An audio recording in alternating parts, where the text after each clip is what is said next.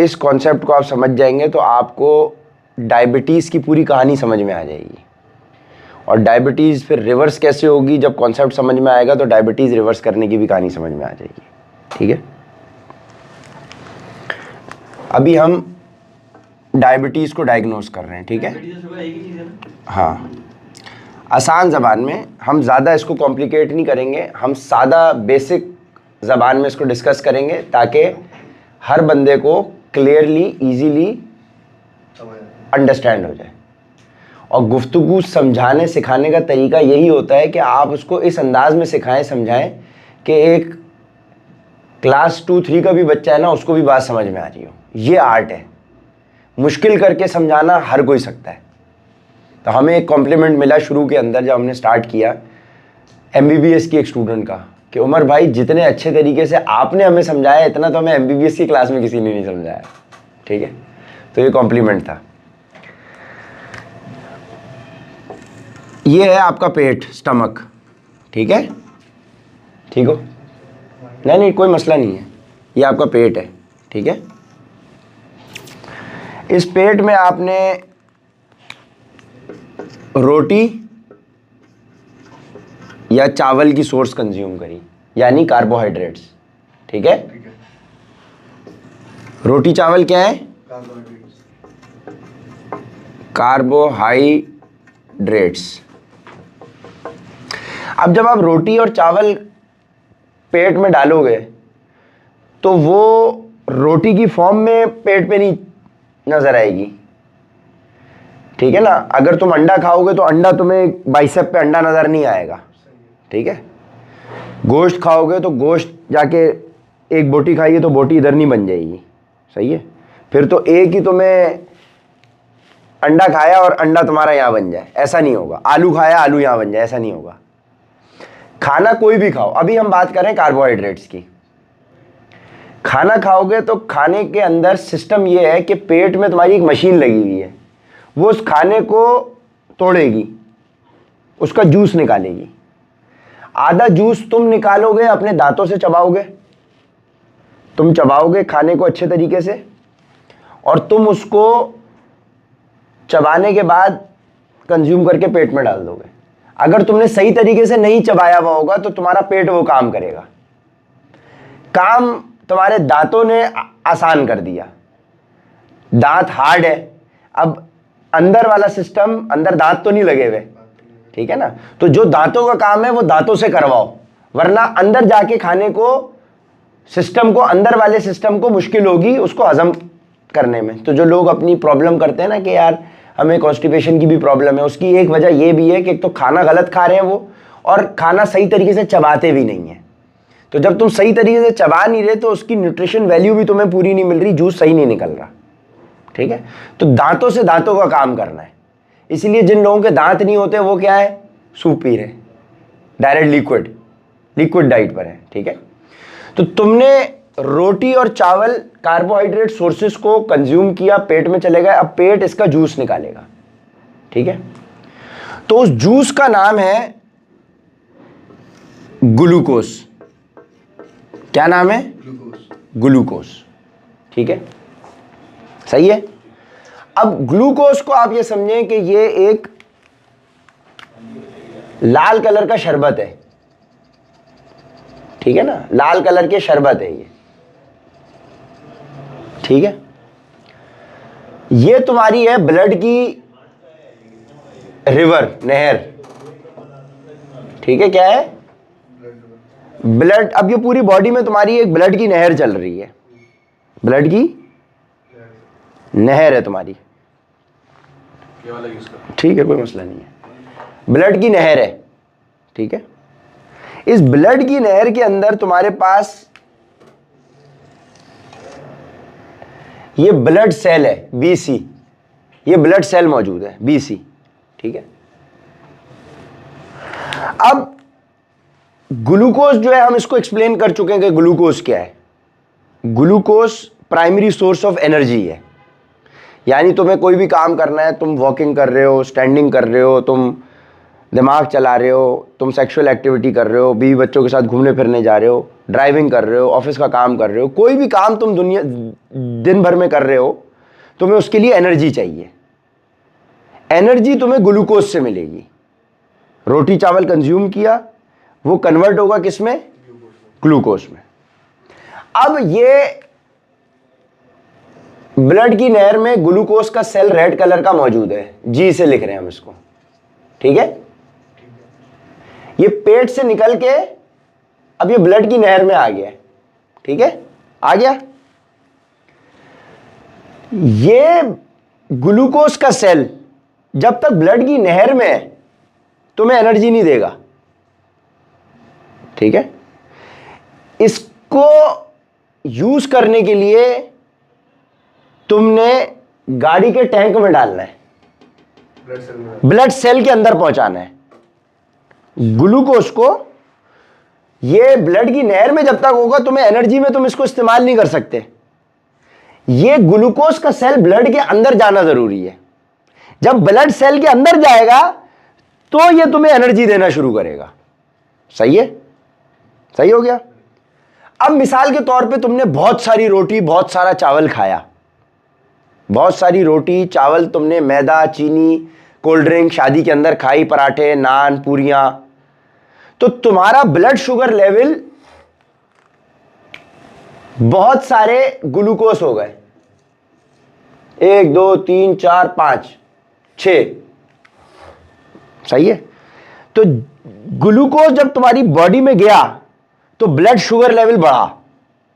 मिसाल के तौर पे तुम्हारा ब्लड शुगर लेवल, बहुत सारा ग्लूकोज तुमने एक साथ अपनी बॉडी को दिया है, तो तुम्हारा मिसाल के तौर पे ब्लड शुगर लेवल चला गया 600 पे।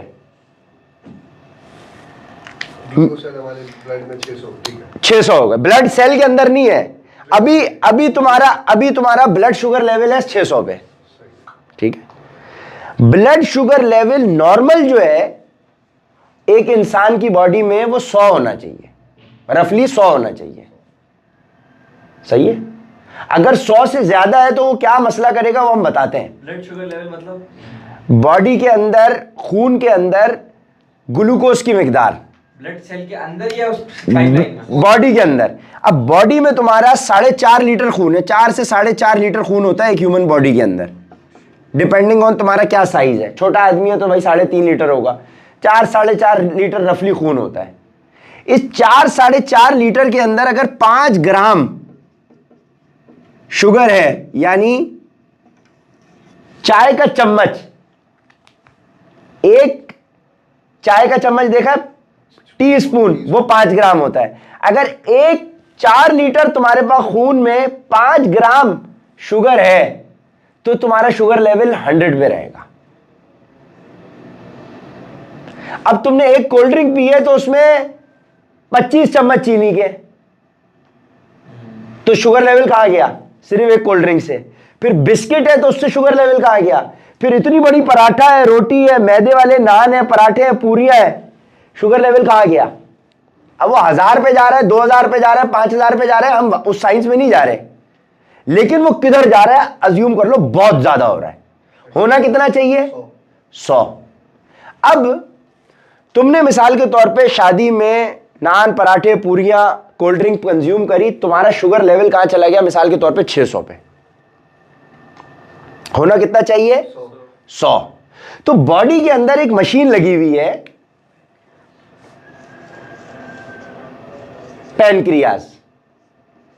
पैनक्रियाज, इस पैनक्रिया ने ये सेंस किया कि भाई 600 शुगर लेवल चल रही है ऑटोमेटिकली। जिस तरह से तुम मीटर लगा के खून निकालते हो, खून में वो टेस्टर लगाते हो, फिर यूनिट आता है ना कि 600 है, 500 है, 300 है, 200 है, पिंच करके निकालते हो अपनी वालदा का। ये काम ऑटोमेटिकली पैनक्रिया कर लेता है बॉडी के अंदर रहते रहते। अल्लाह का बनाया हुआ सिस्टम है ना। सही है, अल्लाह का बनाया हुआ सिस्टम है। तो वो खुद ब खुद सेंस कर लेता है ब्लड शुगर लेवल 500 है, 300 है, 200 है, 600 है, 700 है, कितना है। इसको 100 पे लेके आने के लिए, इसको कट डाउन करके 100 पे लेके आने के लिए कितनी इंसुलिन चाहिए? एक केमिकल पेनक्रिया रिलीज करेगा जिसको तुम इंसुलिन कहते हो। ठीक है, क्या कहते हो? इंसुलिन। इंसुलिन इंसुलिन कौन रिलीज कर रहा है? पेनक्रियास। पेनक्रिया ने ये सेंस कर लिया कि मुझे ये 600 जो ग्लूकोज है, शुगर लेवल है, इसको 100 पे लेके आना है। तो पहला इंसुलिन का काम क्या हुआ? ब्लड शुगर लेवल को 100 पे लेकर आए। ठीक है, यहां तक समझ में आई बात? अच्छा, ये 100 पे लेके आ गया, ग्लूकोज अब 100 मौजूद है। अब ये 100 भी आपको एनर्जी नहीं दे सकता क्योंकि ये ब्लड सेल के अंदर नहीं है, बाहर है। तो ये ग्लूकोज साहब होशियार बनते हैं और ये चलते चलते ब्लड सेल के पास जाते हैं। ठीक है, ब्लड सेल के पास यहां पे 10 चौकीदार बैठे हुए हैं, 4 5 6 7 8 9 10 चौकीदार हैं। इन चौकीदारों को कहते हैं ब्लड रिसेप्टर्स। Blood receptors. अब ग्लूकोज इस चौकीदार के पास जाता है, बोलता है दरवाजा खोलो ताकि मैं अंदर जाऊं, ताकि मुझे इस्तेमाल कर सको, एनर्जी में उसको कन्वर्ट कर सको। तो चौकीदार कहता है भाई मैं आपको नहीं जानता, मैं नहीं जानता, मैं दरवाजा नहीं खोल सकता। ठीक है ना, मैं दरवाजा नहीं खोल सकता। तो अब अगर ये बाहर रहेगा तो ये आपको बीमार करेगा, आपकी हड्डियों में घुसेगा। ग्लूकोज ब्लड की नहर में ज्यादा देर रह नहीं सकता। अगर ब्लड की नहर में रहेगा तो दूसरे ऑर्गन्स को डिस्टर्ब करेगा। इसका काम अंदर जाना है या 100 पे आना है। ग्लूकोज का प्राइमरी फंक्शन ब्लड सेल के अंदर जाना है। अगर ब्लड सेल के बाहर है तो ये नुकसान पहुंचाएगा। अब ये अंदर नहीं जा पा रहा, तो इंसुलिन इसको अपनी कंधे पे डालेगी और सिक्योरिटी गार्ड के पास आएगी। सिक्योरिटी गार्ड को बताएगी कि ये ग्लूकोज मेरे साथ आया है। सेम इंसुलिन जिसने पहले 500-600 जिसने इंसुलिन का दूसरा काम, बेहतरीन, इंसुलिन का दूसरा काम कि ये सिक्योरिटी गार्ड को आएगी, बताएगी कि भाई ये ग्लूकोज मेरे साथ आया है। ठीक है, तो सिक्योरिटी गार्ड दरवाजा खोल देगा और ग्लूकोज अंदर चला जाएगा। ठीक है, सही है। अब मेडिकली क्या होता है, ये हमने इसको सिक्योरिटी गार्ड की एग्जांपल से समझाया। अब मेडिकली क्या होता है कि इंसुलिन का सेल जो है, इंसुलिन आके ब्लड सेल के साथ, इसकी दीवार के साथ टकराती है।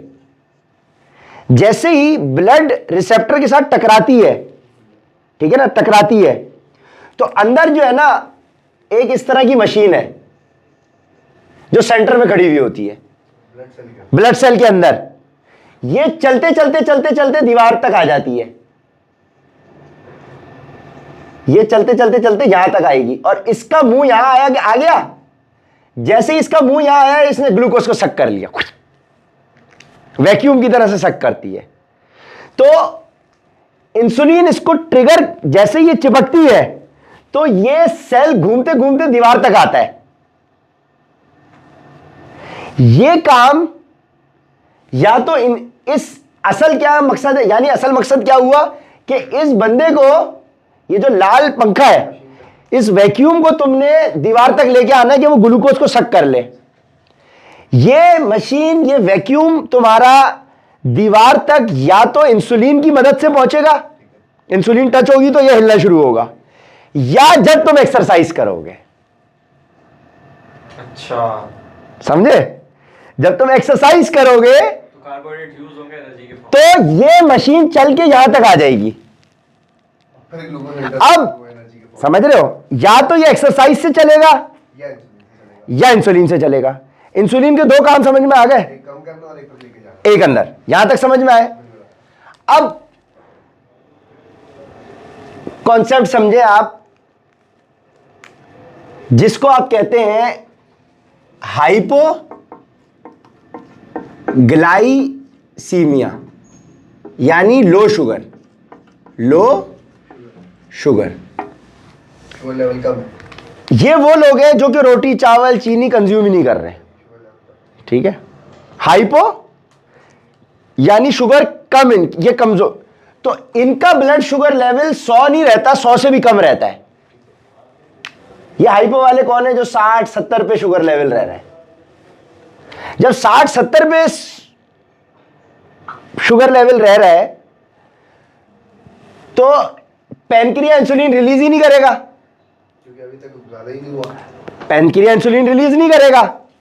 ये सिक्योरिटी गार्ड किसके इंतजार में बैठे हुए हैं? इंसुलिन भी इंसुलिन के।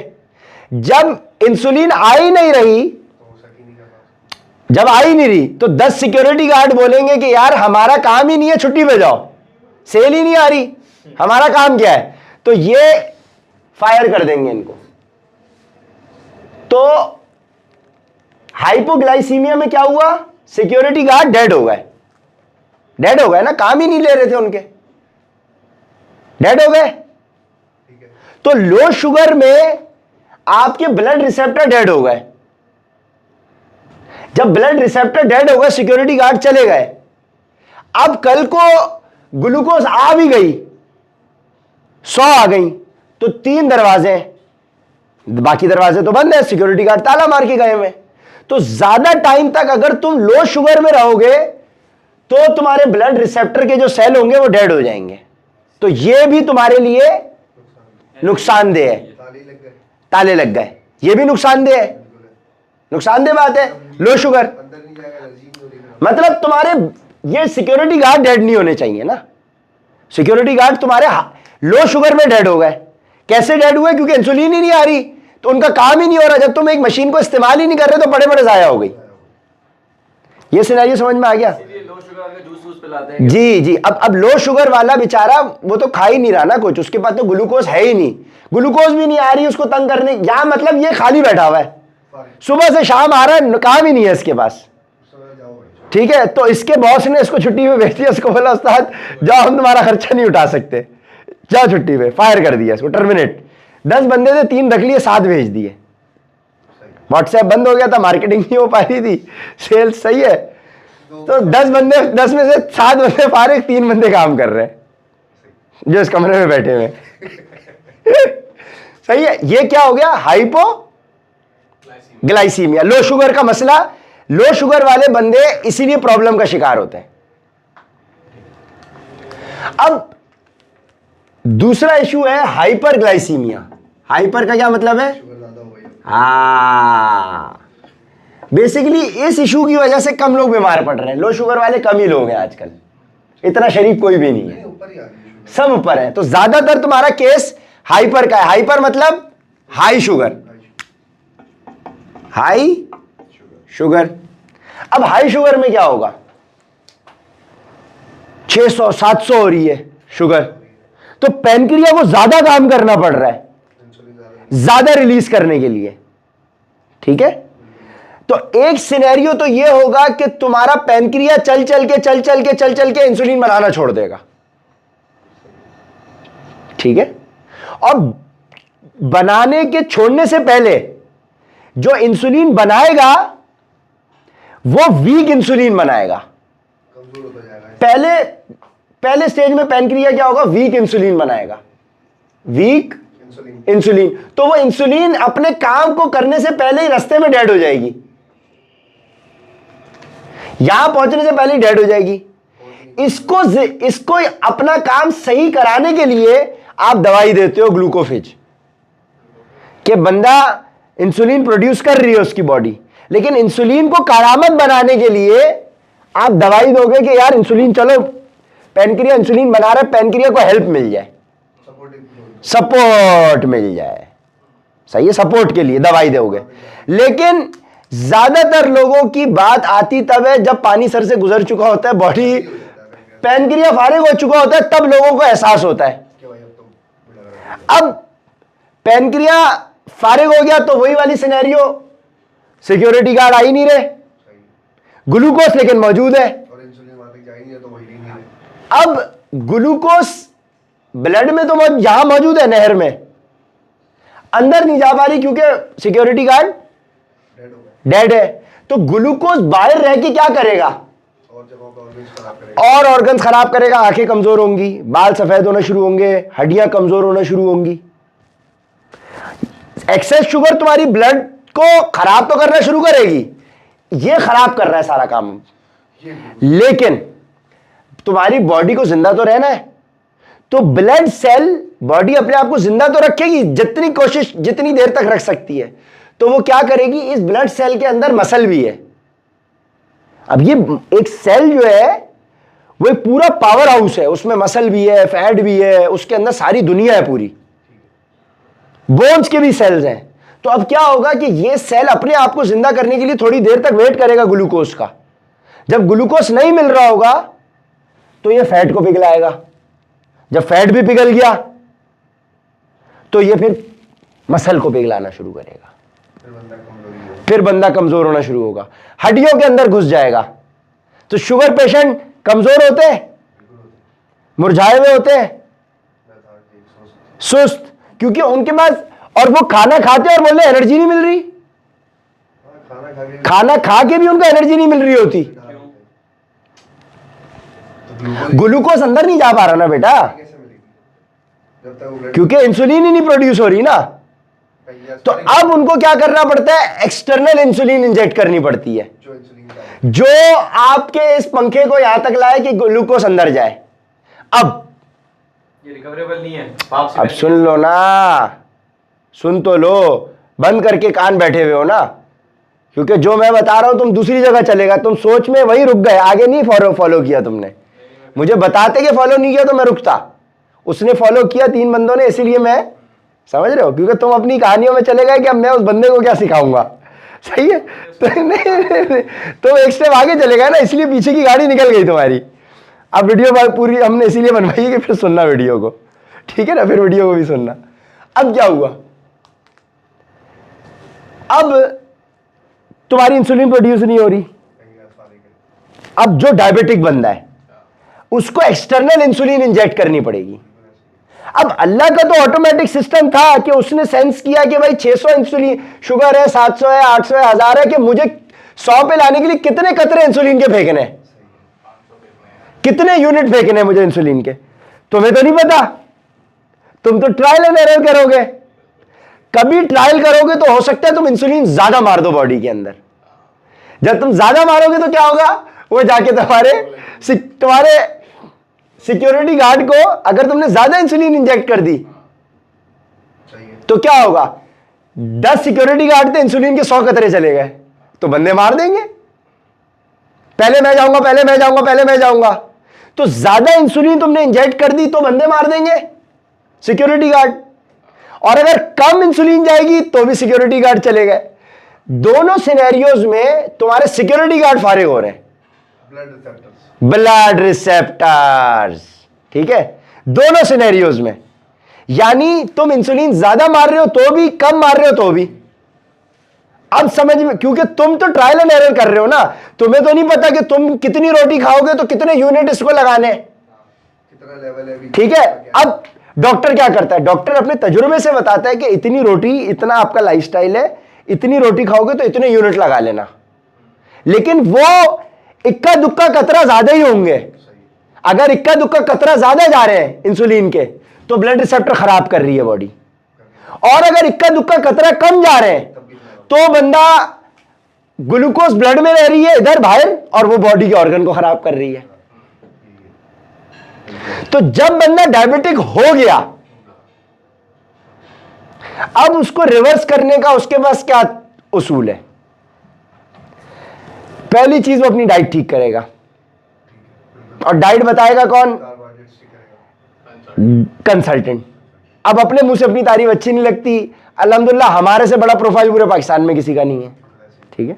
अभी तो हम पाकिस्तान में, इसीलिए अभी इंशाल्लाह नेक्स्ट ईयर जो हम यूएई में जा रहे हैं तो उसके बाद हम कहेंगे कि मुत्तहिद अरब अमारात और पाकिस्तान, मतलब एशिया में, एशिया और अरब ममालिक के अंदर फिर कॉन्टिनेंट वाइज हम हो जाएंगे नंबर 1 इंशाल्लाह। फिर जब हम 7 कॉन्टिनेंट से पहुंच जाएंगे तो फिर वर्ल्ड नंबर 1 भी हो जाएंगे। टारगेट यही है, ठीक है ना।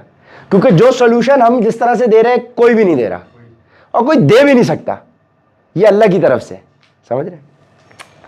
तो कहने का मकसद क्या कि ज्यादा इंसुलिन भी प्रॉब्लम करेगी, कम इंसुलिन भी प्रॉब्लम करेगी। आपको इसके सॉल्यूशन के लिए डाइट सबसे पहले ठीक करनी है, और डाइट ठीक करके आपने कंसल्टेंट के साथ राब्ते में रहना है ताकि वो आपको मॉनिटर करे। अब मिसाल के तौर पे मैंने एक बंदे को एक उसके रूटीन के हिसाब से डाइट दे दी और मैंने उसको, वो यूनिट भी लगा रहे हैं, यूनिट भी बैलेंस चल रहे हैं, लेकिन उस रूटीन के बंदे ने 1 घंटे की एक्टिविटी, शादी ब्याह का सीजन था, फैमिली के साथ मॉल चला गया घूमने। हमने जो उसको प्लान दिया था वो उस रूटीन के हिसाब से था, उसमें वो 1 घंटे की एक्स्ट्रा एक्टिविटी शामिल नहीं थी। जैसी 1 घंटे की एक्स्ट्रा एक्टिविटी शामिल हुई, उसकी एनर्जी बर्न हो गई, उसको और एनर्जी की तलब हो जाएगी। जब एनर्जी की तलब ज्यादा होगी तो उसको रोटी चावल बढ़ाना पड़ेगा, साथ में इंसुलिन भी बढ़ानी पड़ेगी। इसीलिए डायबिटिक पेशेंट्स को रूटीन अपना मॉनिटर करना पड़ता है, एक एक लम्हा मॉनिटर करना पड़ता है कि भाई मैं इससे ज्यादा वर्कआउट नहीं करूंगा, क्योंकि अगर मैं 1 घंटे का वर्कआउट कर रहा हूं, इतना खाना खा रहा हूं, दोपहर में, शाम में, रात में इतने यूनिट लगाता हूं और इतनी एक्सरसाइज करता हूं, तो मेरा शुगर लेवल बराबर रहता है। लेकिन उस रूटीन में उसने 2 घंटे की एक्सरसाइज ज्यादा कर ली, अब बढ़ानी है शुगर या कम करनी है, ऑटोमेटिक सिस्टम फारिग हो चुका है, अल्लाह का बनाया हुआ सिस्टम। अब तुम अपनी अकल के बलबूते पे चल रहे हो या डॉक्टर की अकल के बलबूते पे चल रहे हो, और डॉक्टर तुम्हारे साथ ट्रायल एंड एरर करेगा। कितने ही डायबिटिक पेशेंट जो फारिग हो रहे हैं वो डॉक्टर्स की ट्रायल एंड एरर के चक्कर में हो रहे हैं। कंपनी आई, उसने नई इंसुलिन रिलीज करी, यार ये चिपकाओ क्लाइंट को, ये हो जाएगा, कमीशन आ जाएगा, ठीक है ना, समझ रहे हो? बंदे के साथ ट्रायल हो रहा है, उस बंदे को कुछ नहीं पता, बेवकूफ है बंदा, और वो बंदे के साथ ट्रायल होना डिजर्व करता है। वो क्यों? वो डायबिटिक पेशेंट जिसके साथ डॉक्टर तजुर्बा कर रहा है वो डिजर्व करता है कि उसके साथ ये सब हो, क्योंकि उसने अपनी बॉडी को, जिसके साथ उसने पूरी जिंदगी गुजारनी थी, उसने उस बॉडी को समझने के लिए अकल इख्तियार नहीं करी, वो दूसरों की अकल पे डिपेंडेंट रहा। तो जो बंदा अपने हिस्से का काम नहीं करेगा तो फिर लोग उसको खाएंगे, और वो डिजर्व करता है कि उसके साथ ऐसे ही हो। ठीक हो गया? पहली चीज तुम्हें अपनी डाइट ठीक करनी है, और तुम्हें अपनी एक्सरसाइज बढ़ानी है कि अगर तुम एक्सरसाइज बढ़ा लो और डाइट ठीक कर लो तो ये जो वैक्यूम है ये 2 चीजों से चल रहा है, एक एक्सरसाइज से, एक इंसुलिन से। अगर तुम इंसुलिन नहीं भी दो और एक्सरसाइज कर लो तब भी वो शक करने के लिए आ गया। तो शक करने के लिए आगे आ जाएगा, तो तुम्हें इंसुलिन की जरूरत भी नहीं है। That is how you reverse diabetes. और अगर उसका पैनक्रिया काम कर रहा है, वीक है, तो ये हेल्दी हो जाएगा जब तुम एक्सरसाइज करोगे। लेकिन अगर डेड हो चुका है तो फिर मुश्किल है। सिंपल, अगर फारिग हो गया तो प्री डायबिटिक बंदा रिवर्स कर सकता है अपनी डायबिटीज। डायबिटीज टाइप 1 ठीक है। टाइप 1 वो है जो ये है, टाइप 2 वो है जो बंदे जेनेटिकली पैदा होते हैं जिनका पैनक्रिया फारिग होता है, हाँ, जो बना ही नहीं रहा इंसुलिन। और जो प्री डायबिटिक होते हैं, जो बॉर्डरलाइन, प्री डायबिटिक कौन है? कि जिन लोगों की डाइट खराब होने की वजह से उनकी इंसुलिन रास्ते में खराब हो रही है, काम नहीं कर पा रही, वो प्री डायबिटिक, वो प्री डायबिटिक है, बॉर्डर लाइन पर है। इसका मतलब उनका पैनक्रिया काम कर रहा है, अगर अभी आ गया तो सुधर जाएगा, अभी आ रहा है तो तू सेट हो जाएगा, 0 मीटर हो जाएगा। लेकिन अगर तू उस्ताद पैनक्रिया फारिग होने के बाद आ रहा है तो तुमने क्लाइंट से ये पूछना है जो आते हैं हमारे पास कि भाई आप इंसुलिन लगा रहे हैं या दवाई पर है। अगर दवाई पर है, ग्लूकोफिज टाइप दवाई पर है, इंसुलिन नहीं इंजेक्ट कर रहे, इसका मतलब वो बचे में। और इंसुलिन पे तो फिर भी बचे में, लेकिन फिर एक्सरसाइज और डाइट, इंसुलिन जिनकी प्रोड्यूस नहीं हो रही, जिनका पैनक्रिया फारिग है, वो अब थोड़ी सी मुश्किल सिनेरियो में है, लेकिन अल्लाह ने चाहा तो बेहतरी हो जाएगी। अच्छा, इसमें एक और सवाल ये है कि लोगों को शुगर हो जाती है जिनका डाइट सही होती है लेकिन स्ट्रेस लेवल्स होता है। हाँ ना, तो अब वो फैक्टर तो है। अब क्या सिनेरियो है? अब जब तुम स्ट्रेस की कैफियत में हो, इमोशनल स्ट्रेस की कैफियत में हो, ठीक है, इमोशनल स्ट्रेस की कैफियत में हो, तो तुम्हारा हार्ट बीट तेज हो गई, तुम्हारा ब्रेन सेल्फिश है, ब्रेन को हार्ट बीट सेंस हो गई कि भाई बंदा इमोशनल स्ट्रेस में चल रहा है। बंद कर देगा। ब्रेन क्या करेगा, ब्रेन बोलेगा उस्ताद अगर हार्ट फेल हो गया ना तो मुझे भी खून नहीं मिलेगा, मुझे खून की सप्लाई नहीं मिलेगी। तो ब्रेन अपने सारे फंक्शंस ऑफ कर देता है और दिल को सपोर्ट करने में लगा देता है, और पैनक्रिया की इंसुलिन रिलीज करवाने वाला फंक्शन कंट्रोल ब्रेन कर रहा है, दिल तो सिर्फ खून पंप कर रहा है। खून पंप कर रहा है। तो ब्रेन ये काम भी छोड़ देगा, ये काम भी छोड़ देगा, सारे काम छोड़ देगा। ब्रेन आ जाएगा किस जगह पे, दिल को सपोर्ट करो, ये बंद हो गया, मैं निकल गया। दिल सपोर्ट करना है। अगर दिल सपोर्ट नहीं हुआ तो भाई मुझे खून नहीं मिलेगा। तो ब्रेन चूंकि सेल्फिश है, उसको अपने आप को बचाना है, वो सारे ऑर्गन्स को ऑफ करेगा, अपनी फिक्र करेगा। इतनी देर में क्या होगा कि ग्लूकोज आएगी, यहां टकराएगी, इधर टक्कर मारेगी, आंख खराब करेगी, इधर टक्कर मारेगी, दूसरे ऑर्गन को खराब करेगी, लिवर फेल, ये फेल, वो फेल, बेड़ा गर्क। तो सारी गेम ही ग्लूकोज की है। इसीलिए अब आप गौर करें, अल्लाह के नबी की ग़िज़ा के अंदर चावल का तसव्वुर आपको कहीं नहीं मिलेगा सीरतुन नबी में। इसका मतलब ये नहीं है कि चावल हराम है, लेकिन अल्लाह के नबी ने मॉडल वो दे दिया जो ता क़यामत रहने वाला है। यानी चावल के बगैर जिंदगी गुजारी अल्लाह के नबी ने, दैट मीन्स चावलों की कोई इतनी खास इंपॉर्टेंस नहीं है। ठीक। दूसरी चीज, 3 चांद गुजर रहे हैं लेकिन रोटी चावल नहीं है, खजूर पानी पे गुजारा हो रहा है। 2 दिन रोटी खाई तो तीसरे दिन रोटी नहीं है। ठीक है। 2 दिन भी रोटी खाई तो पेट भर के नहीं खाई। जो रोटी खाई वो गंदम नहीं है, जौ है, और जौ प्रोसेस्ड नहीं है, पीसा, फूंक मारी, जितना फाइबर उड़ना था उड़ गया, कचरा, और बाकी जो बच गया उससे रोटी बन गई। तो फाइबर वाला कार्बोहाइड्रेट्स होना जरूरी है। अभी वो चीज हमने पहले डिस्कस की है, कॉम्प्लेक्स कार्ब्स और सिंपल कार्ब्स। अब मसला क्या है कि ग्लूकोज तुम्हारी बॉडी में कितनी तेजी से आ रहा है, ये तेजी कंट्रोल कर सकते हो अगर तुम कार्बोहाइड्रेट्स की क्वालिटी बेहतर कर दो। रोटी अगर कॉम्प्लेक्स कार्बोहाइड्रेट्स होंगे तो ग्लूकोज स्लो स्लो बॉडी में आएगा, तो लोड नहीं पड़ेगा इंसुलिन पैनक्रिया के ऊपर।